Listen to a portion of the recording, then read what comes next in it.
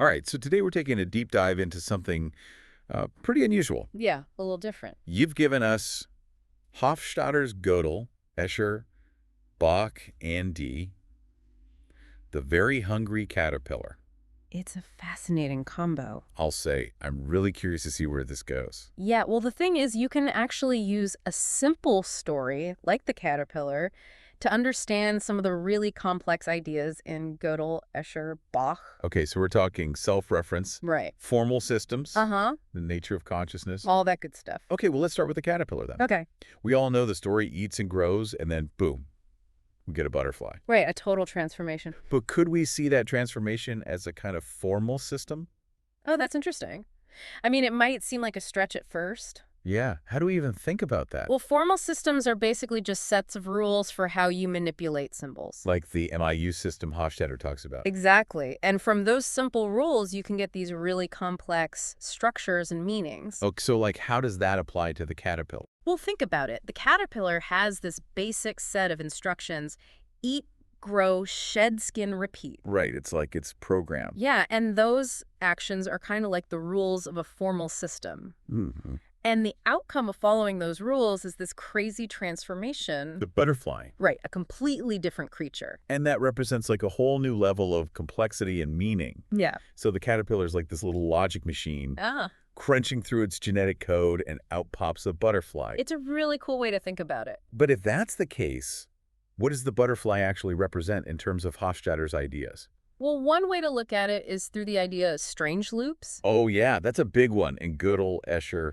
Bach. Definitely. But remind me what a strange loop is again. Sure, so it's like a system that loops back on itself in this unexpected way, Okay. and the output becomes the input, and it leads to these higher levels of complexity. So like those Escher drawings. Yes, exactly like those. Ants drawing each other, never-ending staircases. Trippy, right? Totally. Yeah. But how does that relate to a butterfly? Well, think about the caterpillar's transformation like it's a biological strange loop. Okay. It starts as this simple creature, can't really do much right. Just eats leaves all day. Haha, basically. But then through metamorphosis, it becomes something totally different. It transcends its original form. Right, exactly. It can fly. It can see the world in a totally different way. And that's what Hofstadter means by jumping out of the system. Oh, yeah.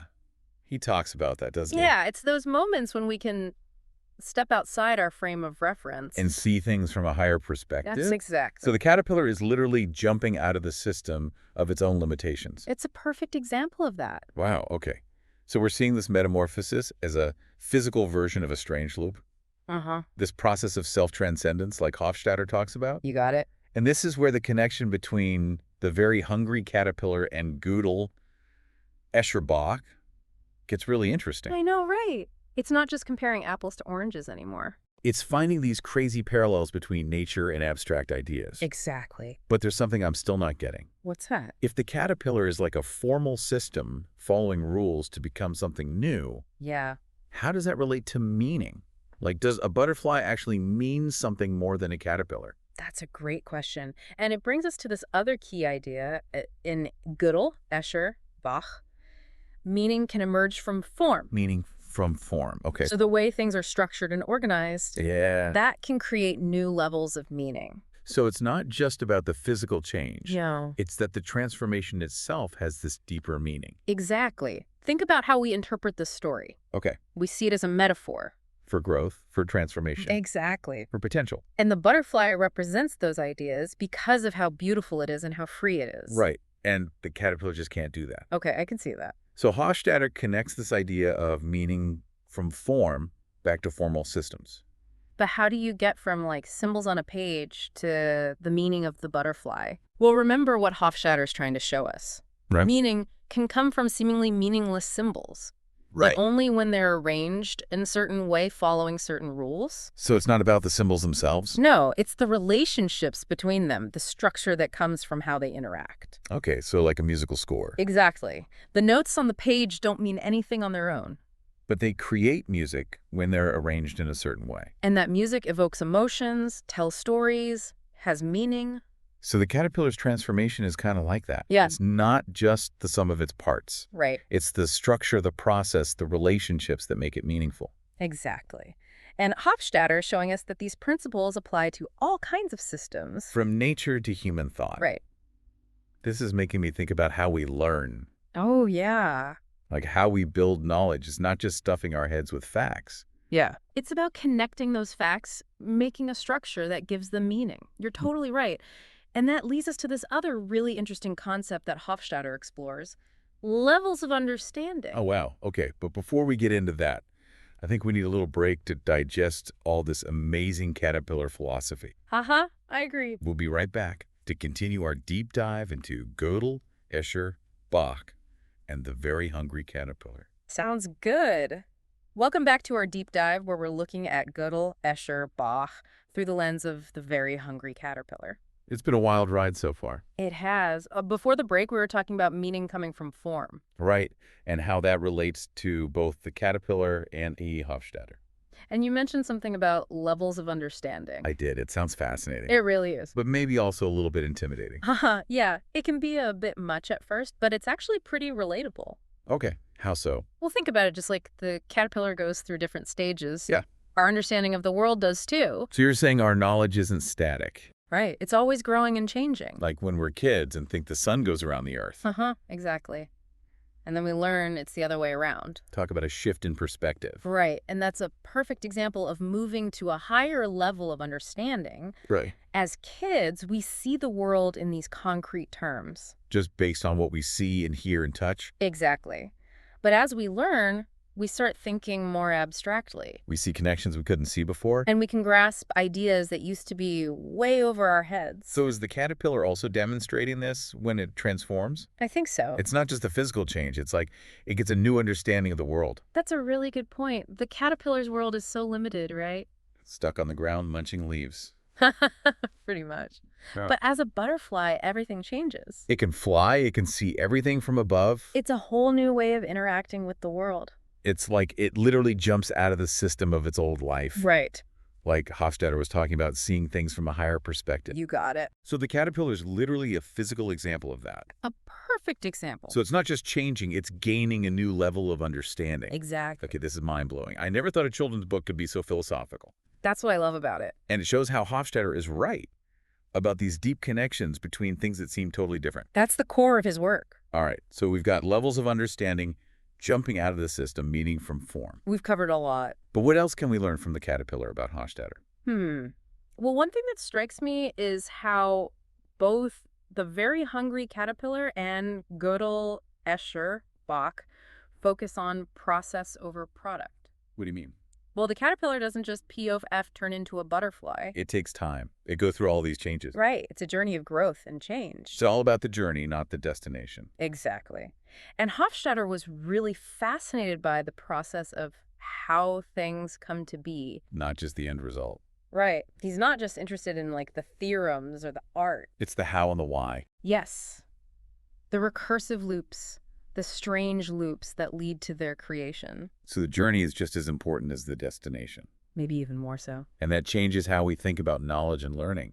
Absolutely. We shouldn't just focus on getting the right answer. It's about how we get there. The twists and turns, the unexpected connections. Like the caterpillar's journey. Right. It's not just about becoming a butterfly. It's all the eating and growing and shedding skin. It's a perfect analogy. It shows that knowledge isn't a fixed thing. It's always changing. It's an ongoing process of construction and discovery. So we're not just like sponges soaking up information. Yeah. We're creating our understanding through learning and growing. Exactly. And that brings us to another key idea in Godel, Escher, Bach, recursion. Recursion. Oh, yeah, we touched upon that earlier. Oh, he did. But I'm still not totally sure I get it. It's basically a process that refers back to itself. A loop within a loop. Yeah, like a mirror reflecting another mirror and so on. Oh, yeah. I remember those Mies and Abein pictures we talked about. Exactly. Like falling deeper and deeper into a rabbit hole. Totally. So how does this relate to the caterpillar? Good question. Well, think about how the caterpillar goes through those cycles. Eating, growing, shedding skin. Right. It keeps repeating, but it's not just the same thing over and over. It's evolving. It gets more complex with each cycle. So each stage is like a smaller version of the whole process of becoming a butterfly. That's a great way to put it, like those Russian nesting dolls. One inside the other. Exactly. And that's how recursion works. Self-similarity across different levels. The whole contains the parts reflect the whole. Wow, okay, I see it now. And this idea of recursion pops up all over Godel, Escher, Bach. Like where? Well, one of the coolest examples is in Bach's music. Really? Yeah, especially his canons and fugues. Oh yeah, those are super complex. They are. The same musical theme is repeated and woven together in all these different ways. It's like a musical puzzle. Exactly. And that's recursion in action. So the caterpillar's cycles are like the musical theme. Yeah. And becoming a butterfly is like the structure of the whole canon. I got it. That's amazing. And Hofstadter says this same structure is in our minds too. He does. How so? Well, think about how we think about ourselves. Okay. We have thoughts about our thoughts, feelings about feelings, beliefs about belief. It's like an endless hall of mirrors. Exactly. Yeah. And Hofstadter says that's a key part of how our minds work. Especially consciousness and self-awareness. Right? Wow, this is making me think about my own thoughts in a totally new way. It's pretty mind-bending, isn't it? It is. Like, our minds are these recursive machines, Haha, that's a great way to put it. constantly looping back on themselves, creating all this complexity. Exactly. And it all connects back to another big takeaway from Godel, Escher, Bach. What's that? The idea that knowledge isn't compartmentalized, it's all interconnected. It's all woven together. Like a tapestry of ideas. I'm noticing something interesting here, though. What's that? We've talked a lot about growth and transformation. But both the caterpillar and Hofstadter's ideas also have this element of limitation. Oh, that's a great observation. You're right. Like Gödel's incompleteness theorem shows that even formal systems have limits. There are some things we may never be able to prove. And the caterpillar can't just decide to become a dragon or something. Haha, right. It's still bound by the laws of nature. So that raises some big questions. Like what? If formal systems have limits, does that mean there are things we can never know? That's a deep question. And if our minds are also subject to those limits, Yeah. are there parts of ourselves that will always be a mystery? It's a thought-provoking idea for sure. It seems like both the very hungry caterpillar and Gödel, Escher, Bach are wrestling with this. The tension between limitation and possibility. Between what we can know and what's beyond our reach. And maybe that's the point. Maybe it's not about finding all the answers. It's about embracing the mystery, the unknown. The infinite possibilities that we haven't even discovered yet. Beautifully said. Okay, so we're back. And I'm still trying to wrap my head around all these connections between the very hungry caterpillar and Gödel, Escher, Bach. It's pretty amazing, right? It is. Who knew a kid's book could be so deep? It just goes to show you simple stories can have these profound ideas. And that both Eric Carle and Douglas Hofstadter are geniuses.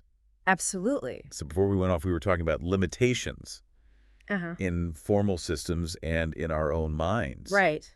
And how both the caterpillar and Hofstadter's ideas kind of play with that. The tension between what we can know and what we can't. Exactly.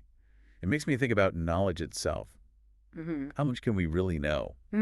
That's a big question. And I wonder if the caterpillar can help us answer that. That's a really interesting thought. It brings us back to the idea of levels of understanding. Oh, yeah, we talked about that. Right. Remember how the caterpillar gets a whole new perspective when it becomes a butterfly? Yeah, like it literally jumps out of the system. It does. It sees the world in a totally different way. Such a great analogy. So are you saying the caterpillar is like a metaphor for how WE can expand our own knowledge? Exactly. Just like the caterpillar goes from crawling to flying. Yeah.